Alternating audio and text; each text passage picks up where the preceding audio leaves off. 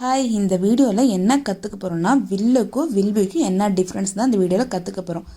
வில்லும் வில்பியும் ரெண்டுமே எதிர்காலத்தை பற்றி ஒரு செயலில் நம்ம பேசும்போது தான் நம்ம யூஸ் பண்ணுவோம். ஆனால் இதில் ஒரு சில டிஃப்ரென்ஸ் இருக்குது.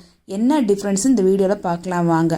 ஒரு ஆக்ஷனை எதிர்காலத்தில் நம்ம செய்யும்போது அப்போ வில் யூஸ் பண்ணி இங்கிலீஷில் பேசலாம். அதே வில்பி எப்போ யூஸ் பண்ணலாம்னா எதிர்காலத்தில் ஒரு செயலை நம்ம தொடர்ச்சியாக கொஞ்ச நேரம் பண்ணிகிட்ருக்கோம். அப்போ வில்பி யூஸ் பண்ணி இங்கிலீஷில் பேசலாம். வில்லு எங்கே யூஸ் பண்ணுறோன்னா ஃப்யூச்சரில் ஒரு செயலை செய்கிறோம், அவ்வளோதான்.